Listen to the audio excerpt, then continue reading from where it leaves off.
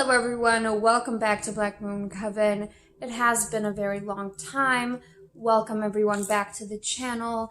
So it has been a very, very long time, and the reason for that is I've moved. And the move has been very hard, very strenuous, mentally, physically, spiritually, and I am now just trying to get back into kind of more of a routine of things. Besides the whole move, the other thing that's been really just weighing on me is social media in general. It's just overall negativity and cesspoolness and just grossness that I find on social media has been a real just turn off for me lately. But I realized, in the last couple of months that my goal for this YouTube channel has always been to be a type of friend or a guide in the realms of witchcraft. It hasn't been to be mixed up in the negativity of social media and to kind of placate any of that. It's to be there for the beginners, for anyone that's curious or willing to learn, or anyone that's just willing to watch what I have to say. It is for those people in general. So kind of realizing that my goal has been this all along. I'm kind of back and I'm kind of focused more on that aspect. So I'm going to try to get back to our regular schedule, and I'm really sorry for the long absence. I don't blame anyone for leaving. Obviously, the channel has been dead for a little while. And also, I really want to thank all of these subscribers that have noticed my absence. I'm alive, I'm here, and I'm ready to do more videos, more blogs, and more different things with witchcraft. So, today, since we're getting back down to business, we're going to be talking about charms and charm crafting and what is a charm and how do I craft a charm and all these different things. Now, charms are objects employed for a specific purpose using magic.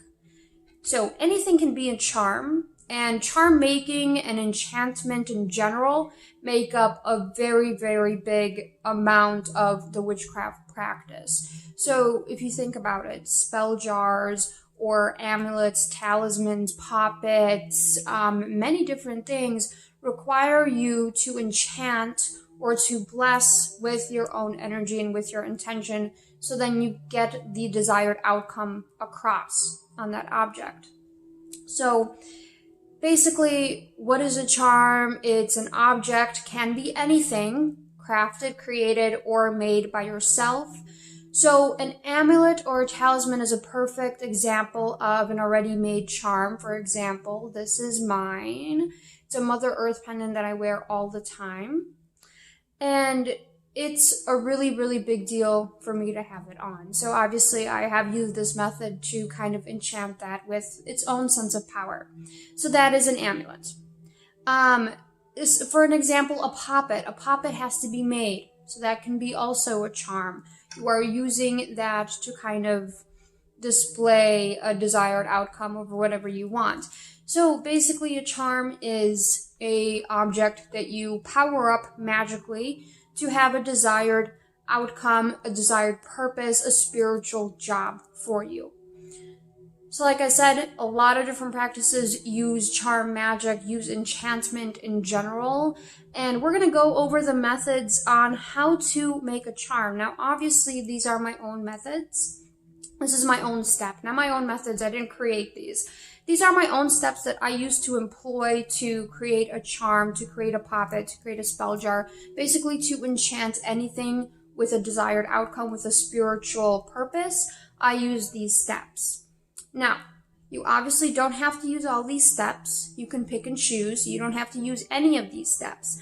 But what I really do want people to realize and know is that I want everyone to know what these steps are and what the meaning behind each step is and kind of how to create this type of step.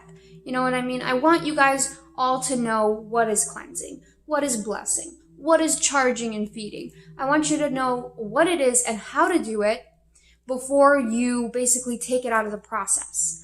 Because ask yourself why every time. So why do I cleanse? Why do I bless? Why do I create this charm? asking yourself why will really open up a lot of different curiosities and a lot of different questions that you have to answer. And if you know how to answer those questions, then you fully understand the topic at hand. So ask yourself why a lot of the times. Even if you are doing something like totally basic cleansing, ask yourself why. Why is sage used for cleansing? Why is this for this? Why am I using a white candle for this? Those curiosities, those questions will be able to kind of expand your knowledge a little bit more on what you are doing and why you are doing it. And that is really important, to understand the why in these different practices. So the very first one, when you are creating any type of charm or you're creating any type of magic, cleansing. So why do we cleanse? Well, basically energy is everywhere and over everything. Okay? People touch shit all the time. So like candles at the dollar store, you know, people are going to go walking by there. They're going to be touching it. They're going to be smelling it. They're going to be putting it everywhere. They're going to be all over that. So I like to think of energy as germs, and it's everywhere over everything. And if you want to create a charm, you're going to want to wipe off any residual energy that is left over from somebody else so it doesn't influence your type of magic.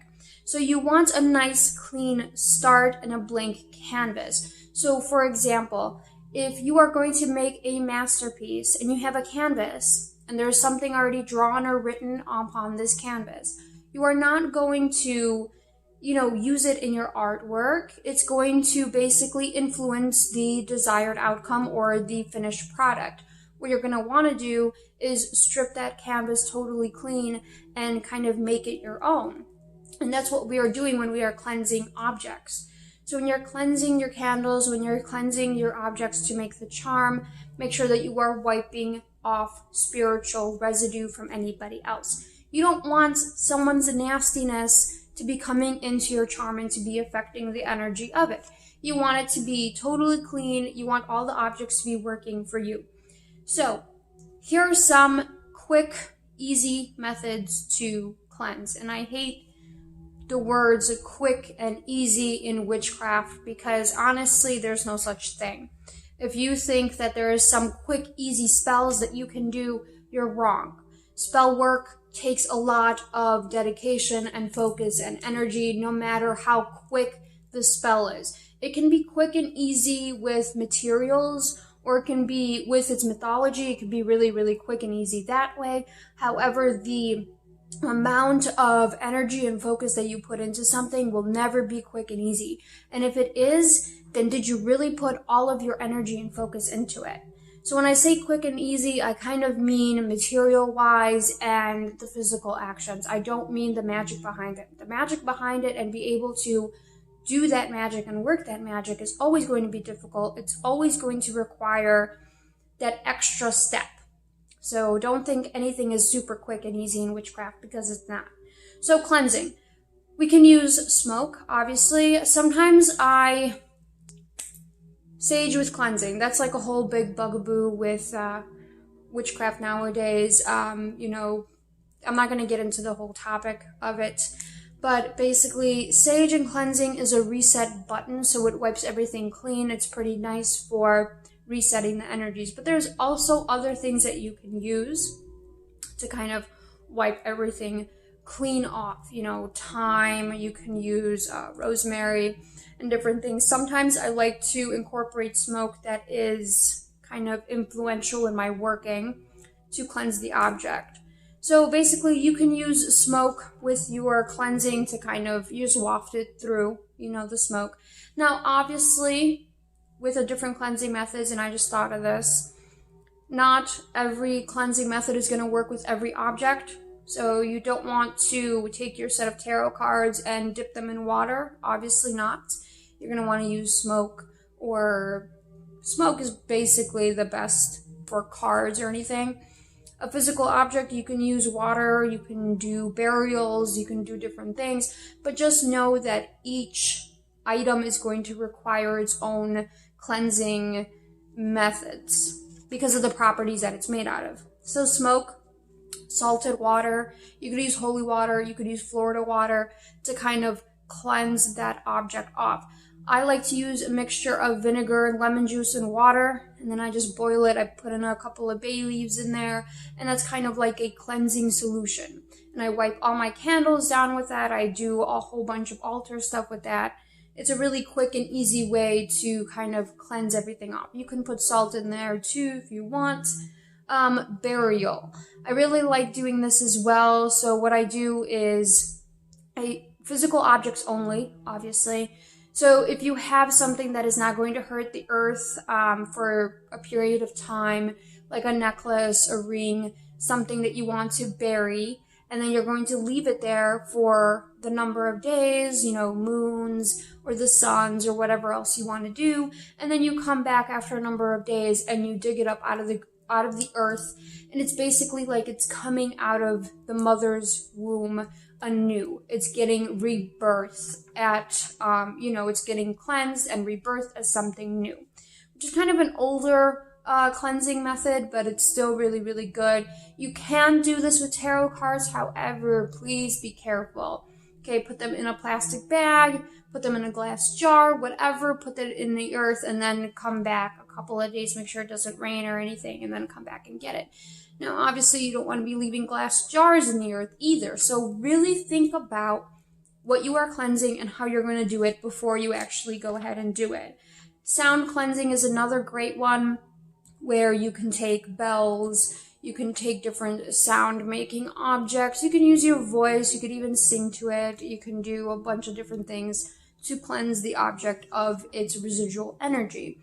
I like to use smoke and burial and waters a lot more than I do sound. That's just a personal preference, but you can do whatever you want, however you want, really. So the next method, the next step after cleansing, so once you have cleansed your object off of its residual energy, the next thing you're going to want to do is create your charm. So why? Making the object reflect a desired outcome. So this is why we create the charm. So for example, you want to protect your home, and you want to make it into a charm or a spell jar. We're going to use not magic, okay? So why are you crafting this charm? Obviously to reflect a desired outcome of protection for the home. So maybe in your knot charm, you're going to put in some acorns, some nails, some dried mint, some, different associations for protection. So that is basically the why. Obviously, why you're crafting the charm is the whole purpose of the spell. It's the whole purpose of your creation, that afternoon or night, whatever. So it's basically making the object to reflect the desired outcome. Now, while you are making the object, make sure that your desired outcome is always in your mind. So if it's for protection of the house again, whether you have an incantation, a chant, or just visualizing something to visualize that protection that you want. So for example, for protection, I like to instantly visualize big castle walls, impenetrable, strong, made of stone and steel, and just very, very tough to get by. Or like a locked gate or a lock or anything like that. You can use visualization to do a whole bunch of different things. Or you can chant, or you can have it just in your mind that, okay, this charm is for protection. You could do a lot of different things. So obviously the creation of the object is going to depend on the object itself. It's going to depend on the charm itself. If you have one already made, for example, a talisman or an amulet, you obviously don't have to create anything except looping a string through it. But if you're creating something like a witch's ladder or a spell jar, make sure that your desired outcome is always there, and the method of creation kind of reflects what you want to do with the spell, okay? So obviously, creation method is going to vary based on what you want to do. If you want to make a witch's ladder, you're going to need a bunch of string and knots and different objects. A spell jar, you're going to need a jar and different things.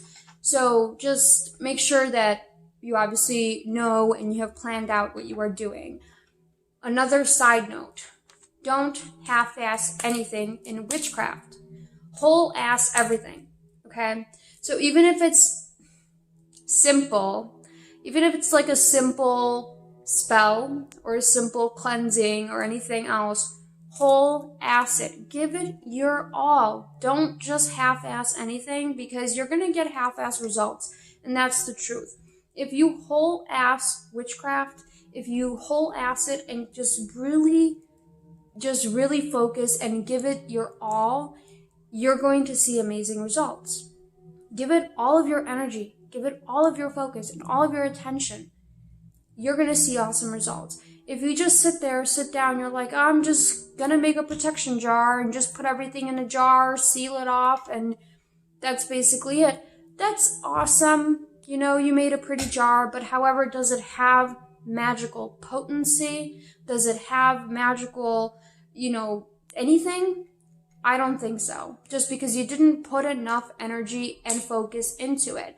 Whole ass everything. So that means when you are planning to do a spell, cleansing, charm making, whatever, plan that shit out.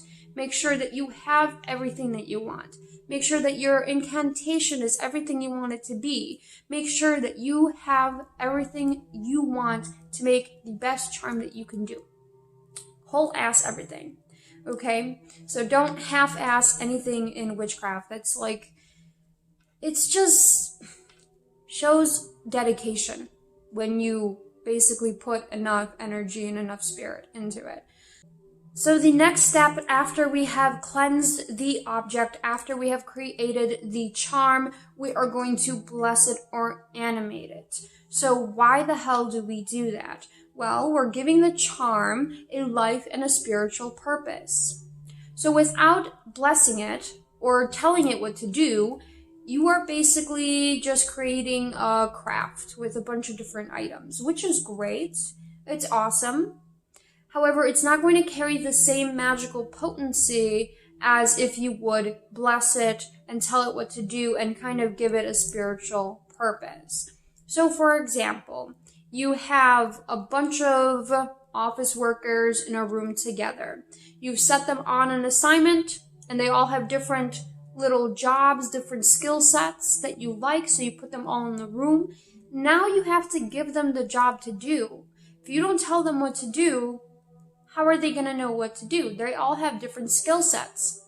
All have skill sets that you deem useful for your desired outcome. But if you want the goal to get met, you are going to need to tell this group of workers, hey, I want this goal to be met by this date, and I want this job done. And that's what you are basically telling your objects. So, for example, if you take, for protection, if you take acorns, mint, nails, patchouli, all these different things, they all respectively have different correspondences. Protection being one of them that kind of links them together, but they all have different correspondences and different jobs that they like to do. However, if you bring them together and you tell them, hey, sacred herbs, I want you to protect my home, then they're going to be focused on the desired outcome. They're going to be focused on the desired goal. So you have to laser focus your objects to basically do the work for you, to do the goal. So there's a couple of different ways that I like to bless things. This goes with poppets very well. It's great for visual effects. So imagine a poppet. When you are blessing a poppet, you're blessing it in someone's name. It's a humanoid figure, so it's always going to represent either yourself or somebody else, but you are blessing it in somebody's name. So when I do that, I either waft it over smoke, and this time I'm not cleansing it. I'm not using any type of cleansing smoke. I am using incense that kind of influences the work at hand. So for example, money work, I'll be burning patchouli or call client or mint or anything else, and I'll waft the poppet through the smoke. You can also breathe to the poppet. You could whisper to the poppet. Your breath carries life as a witch. It carries your intention. It's carrying your desired outcome. It's carrying your magic. So it's very powerful to breathe onto objects. Or you can use different waters, like holy water, Florida water. You can make your own blessing waters to kind of reflect what you want to do. And you're going to put it onto the poppet to kind of bless it. Like, I bless you in the name of this, like during baptism. So those are the different things that I like to do, and I like to put all of these things together. So what I do for poppets is I waft them through the smoke. I breathe into them the life and purpose that I want out of this poppet, and then I bless them with water. So that just shows that you don't have to pick and choose which method you want. You can do that. However, you can use all three of those combined to really create a beautiful, powerful blessing ritual, a ritual in itself. So the very last method is feeding or charging. Now I like the term feeding over charging, because as an animist, I believe that once I've put the power and the energy and everything else, it has a spiritual life now that I've created. So I like the term feeding because to me, all the charms and everything are alive, and you need to feed them, you need to sustain them. Plus, feeding is a type of payment for the spirit to continue doing its work. A lot of other witches use charging, which is totally fine. Like I always say, magic has a shelf life, especially these type of spells. You have to keep it a going work, okay? It's not just going to last forever, because things like protection and cleansing and stuff for the home are constantly going to be filled up with just bullshit people bring in. So just like you have to cleanse your crystals on a full moon or whatever, you want to do the same thing for any charms that you make, depending on what it is used for, and we're going to talk about that. So why? Why do we feed or charge our charms? We are rewarding the spirit and giving incentive to continue the work.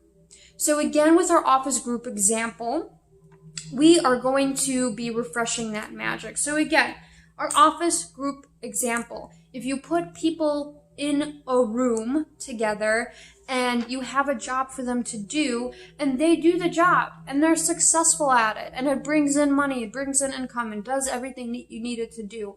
However, if you don't pay them or give them incentive to continue the work, then they're just going to be like, well, bye, see ya, I quit. I'm not going to do this work anymore because, you're a shit boss and you don't give me anything. So that is kind of what I think about when I make charms and when I have to feed them, okay?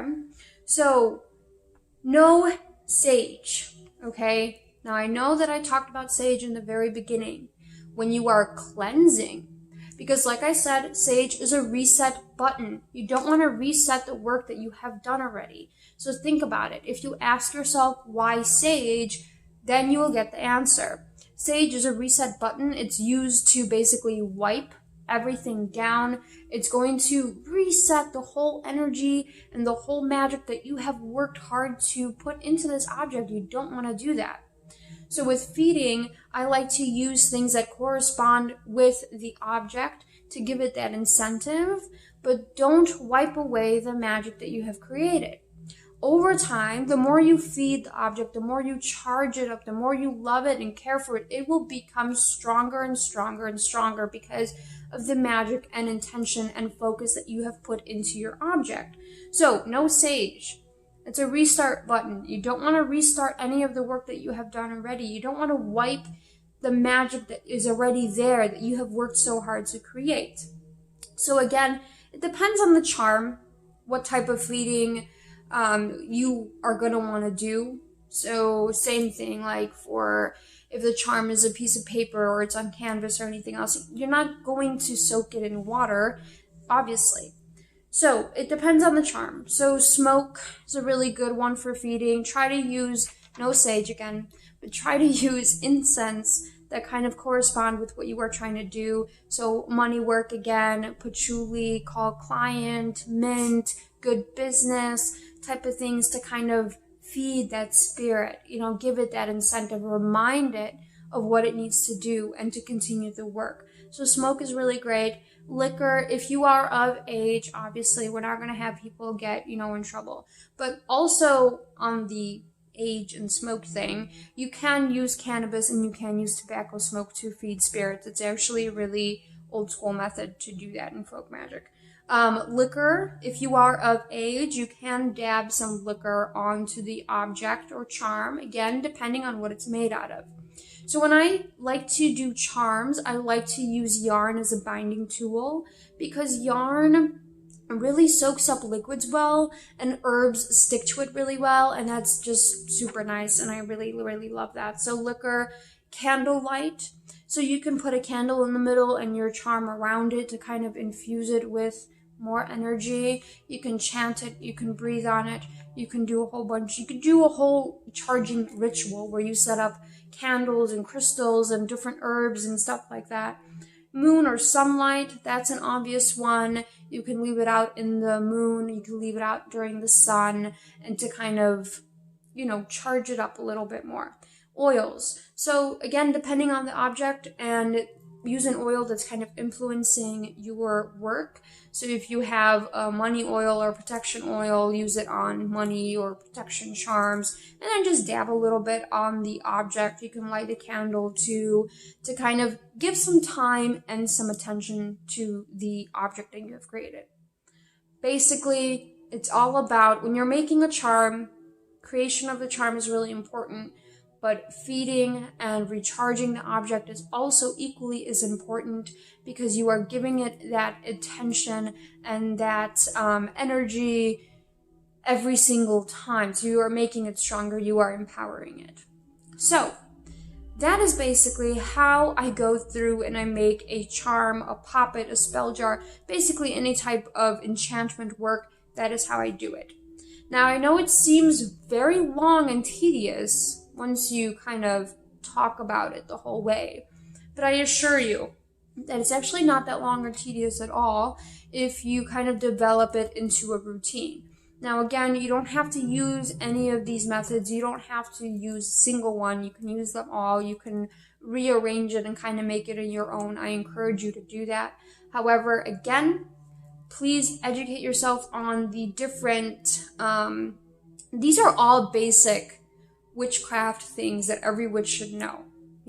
Cleansing, creation of your magic, your spell, your object, whatever you are doing, blessing intention into the object, and then feeding and recharging your object. Those are basic things that every witch should know. So if these are new to you, you can definitely look it up. I hope I kind of explained everything somewhat decently. If you have any comments, questions, or concerns, you could put them down in the comment section below, or you can reach out on Instagram. I will plug that down below, and Facebook and YouTube and Aminos and a whole bunch of different socials, so they will all be down below.